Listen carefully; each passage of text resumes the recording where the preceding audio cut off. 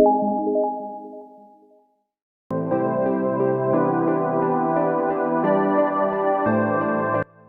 Dr. Mohammad Imran Mia. Today I will discuss about acute coronary syndrome. The term acute coronary syndrome refers to presence of ischemic cardiac chest pain resulting from a critical reduction in myocardial perfusion due to intracoronary thrombus. It is a general term that encompasses both unstable angina and myocardial infarction.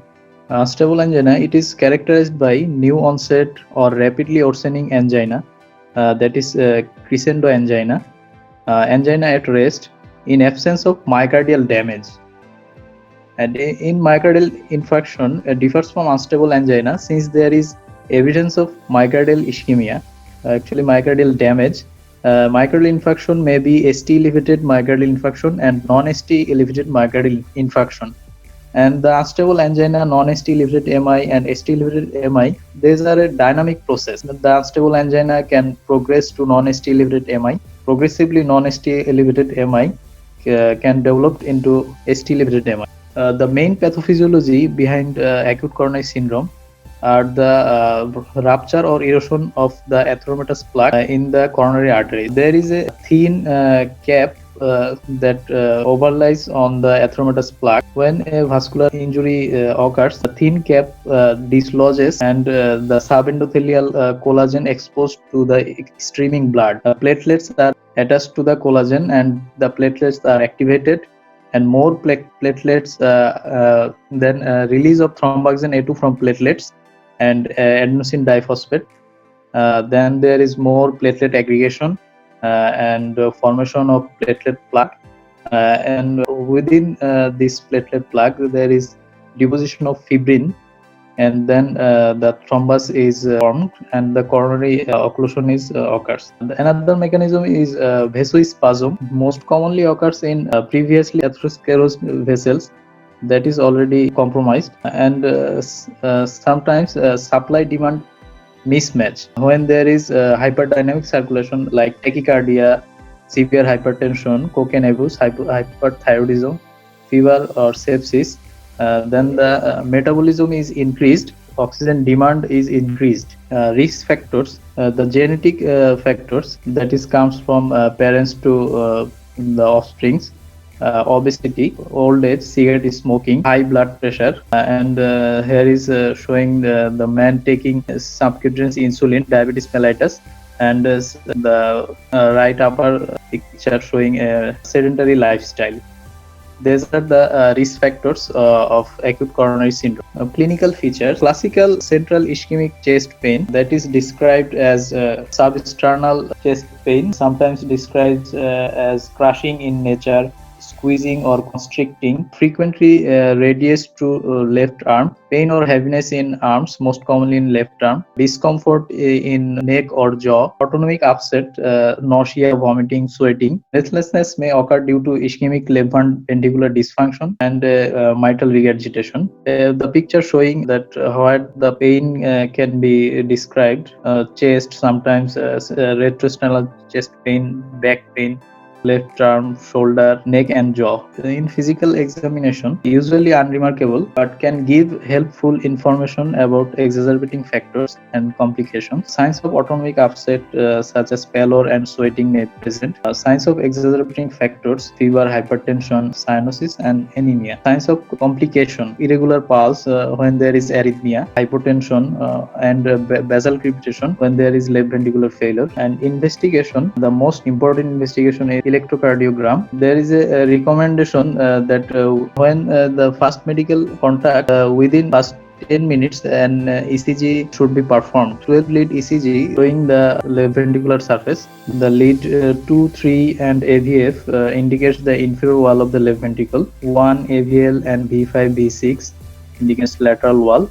V1 and V2 indicates the septal wall of the left ventricle, and V1 to V4 anteroseptal, V3, V4, V1 to V6 is anterior wall. Now, what can we find in a ECG of acute coronary syndrome? ECG may be normal, or we can find horizontal ST depression, downsloping ST depression, and T-wave inversion. This can be found in unstable angina or non-ST elevated MI.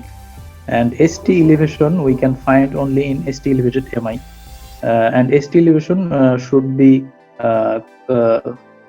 present with convexity upwards. The ischemic change in ECG ST elevation, new ST elevation at the J point in two contiguous leads with the cut point, মানে কমপক্ষে দুইটা লিডে ST elevation থাকতে হবে।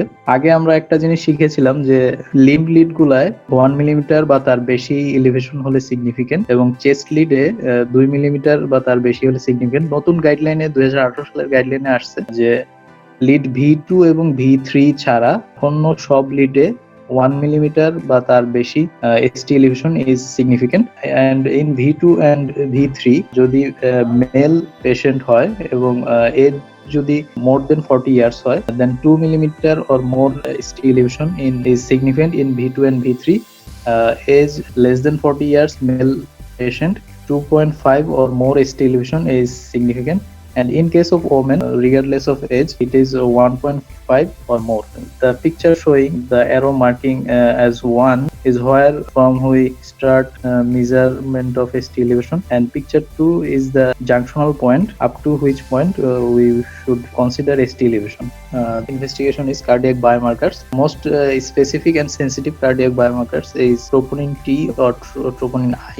Others are creatine kinase, lactate dehydrogenase, aspartate aminotransferase. In 2020, new guideline recommends that troponin I should be performed in 0 hours and 2 hours, and 0 or 2 hours algorithm should make the diagnosis. And creatine kinase, lactate dehydrogenase, and aspartate aminotransferase and other cardiac biomarkers is not routinely recommended. They are showing the timing of release of cardiac biomarkers in blood. Creatine kinase myocardial band, it starts release 4 to 6 hours and rise its peak at about 12 hours. It gradually decreases and diminished within third day. And troponin I starts to rise in 4 to 6 hours and remain elevated and rises to its peak at 12 hours and remain elevated up to 7 days or sometimes 7 to 14 days. এই কারণে troponin I এর sensitivity এবং স্পেসিফিটি সবচেয়ে বেশি। এই কারণে আমরা troponin আইটা করে থাকি বেশি এবং অনেক দিন পর্যন্ত থাকে, 7 থেকে 14 দিন পর্যন্ত। 3 দিন পরে আমরা ওই সিকেএমবি করে আর পাই না। এই কারণে ট্রোপোনিন আইটাই সবচেয়ে বেশি স্পেসিফিক এন্ড সিগনিফিকেন্ট। নতুন গাইডলাইনে বলা হচ্ছে যে high sensitivity troponin cardiac troponin assay করার কথা বলা হচ্ছে, কারণ আমাদের কনভেনশনাল ট্রোপোনিন আইতে যে রেড জোন দেখতে পাচ্ছি আমরা, রেড কালিতে, এইটুকু আমরা ডায়াগনোজ করতে পারি, কিন্তু এই ইয়েলো জোন যেটুকু আছে এইখানে আমরা আমাদের কনভেনশনাল পদ্ধতিতে যে ট্রোপোনিন ওইটাতে আনডায়াগনোজ থেকে যায়। তো এই কারণে অনেক পেশেন্ট আমরা দেখা যায় হয়তো তার অল্প মায়োকার্ডিয়াল ইনজুরি হয়েছে কিন্তু ওইটা আমরা ডায়াগনোজ করতে পারি না। হাই সেন্সিটিভিটি ট্রোপোনিন আইতে আমরা এই কারণে অনেক আর্লি স্টেজে এবং অনেক low level of myocardial damage যখন হয় তখন এটা আমরা আইডেন্টিফাই করতে পারবো। এজন্য এখন এটা recommended. Other investigation, chest X-ray can show signs of pulmonary oedema, echocardiography shows wall motion abnormality, left ventricular function, any impairment indicates adverse prognosis, full blood count anemia which can aggravate angina and acute coronary syndrome, other biochemistry, creatinine electrolytes, thyroid function test and lipid profile. Here showing the rapid diagnostic rule out and rule in of acute coronary syndrome. যদি এখানে উপরের বাম দিকের ছবিটাতে পেইনটা localise করতে পারে এবং আমরা ইসিজি নরমাল পাই, ট্রোপোনিন যখন প্রেজেন্ট করে তখনকার ট্রোপোনিন এবং 1 ঘন্টা 2 ঘন্টা এবং 3 ঘন্টা ট্রোপোনিনও নেগেটিভ থাকে, তখন আমরা রুল আউট করে দিতে পারি এমআই যে এটা নন কার্ডিয়াক। সেকেন্ড ছবিটাতেও তাই, যে পেইনটা ব্যাকে লোকালাইজড এবং মাইল্ড এসটি চেঞ্জ কিন্তু বায়োমার্কার গুলা নেগেটিভ। থার্ড পিকচারে পেইনটা diffuse retrosternal suggestive of acute coronary syndrome. এক্ষেত্রে যদি আমাদের ট্রোপোনিন মানে কার্ডিয়াক বায়োমার্কারস নেগেটিভ আসে আমরা এটাকে আনস্টেবল অ্যানজাইনার মধ্যে ফেলতে পারি, আর যদি পজিটিভ আসে সেক্ষেত্রে অন্যান্য কার্ডিয়াক বায়োমার্কারস করে অবজার্ভ করতে হবে। যদি পজিটিভ আসে অন্যান্য বায়োমার্কারস গুলো তখন এটা নন এসটি এলিভেটেড এমআই-তে যাবে। আর 4 নম্বর ছবিটা টিপিক্যাল অ্যাকিউট করোনারি সিনড্রোমের চেস্ট পেইন নিয়ে আসতেছে with typical radiation in upper jaw, both hands, sometimes with epigastric pain, gross ST depression in ECG, biomarkers are positive. This should fall in the group of non-STMI. এই ক্ষেত্রে আমরা rule in করব, মানে এই পেশেন্টকে আমরা এমআই হিসেবে treat করব।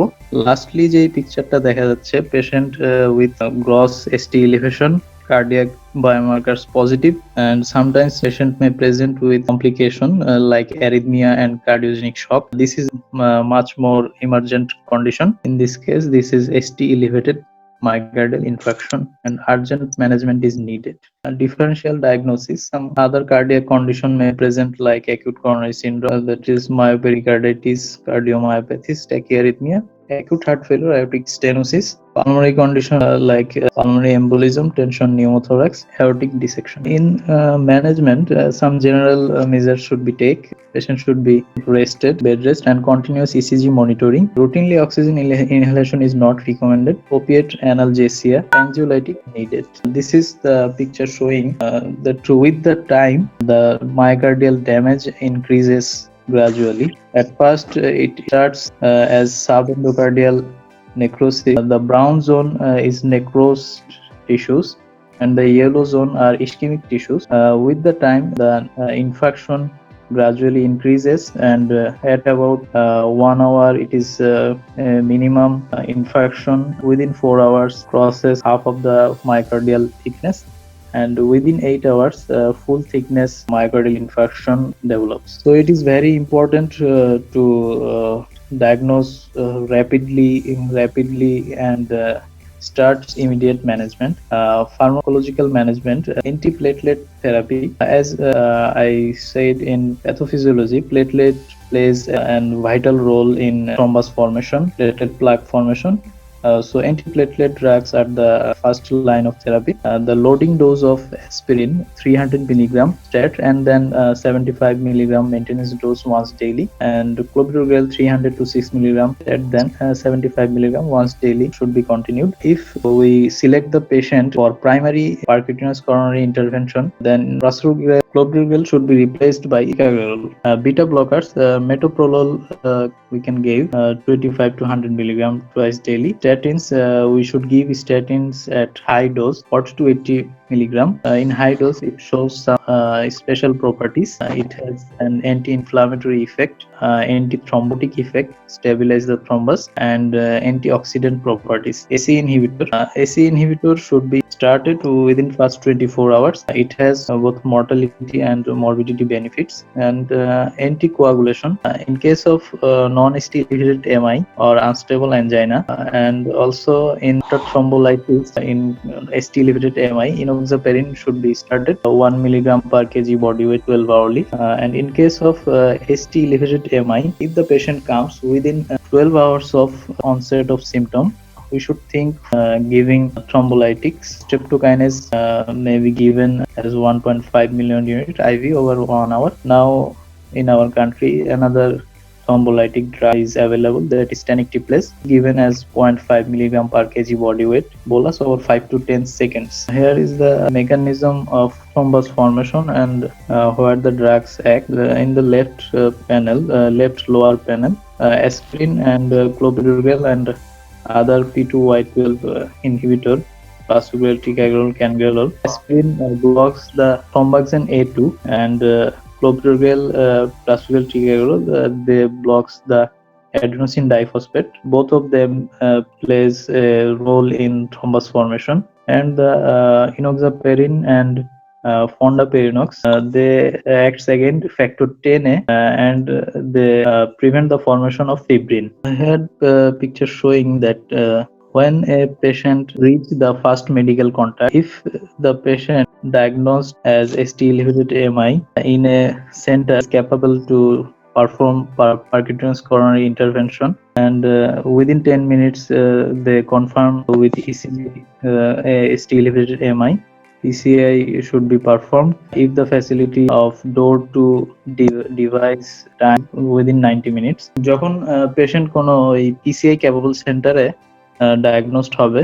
যদি সিমটম শুরু হওয়ার 2 ঘন্টার মধ্যে হয়, তাহলে ডায়াগনোসড হওয়া থেকে ক্যাথ ল্যাবের ভিতরে নিয়ে পিসিআই করা পর্যন্ত যদি 90 মিনিটের মধ্যে করতে পারে, এটা হচ্ছে রিকমেন্ডেড।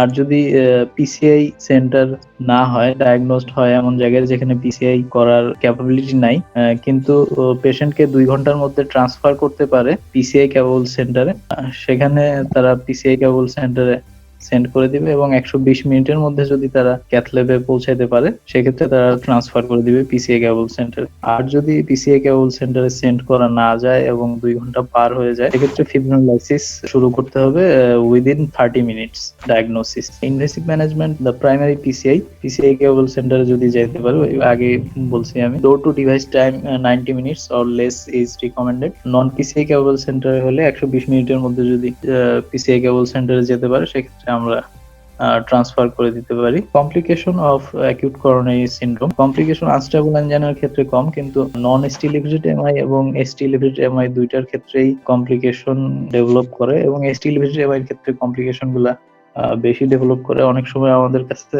পেশেন্ট কমপ্লিকেশন নিয়েই প্রেজেন্ট করতে পারে। কমপ্লিকেশন গুলোর মধ্যে commonly acute left ventricular failure, cardiogenic shock, arrhythmias like ventricular tachycardia, ventricular fibrillation, atrial fibrillation, and sometimes with bradycardia.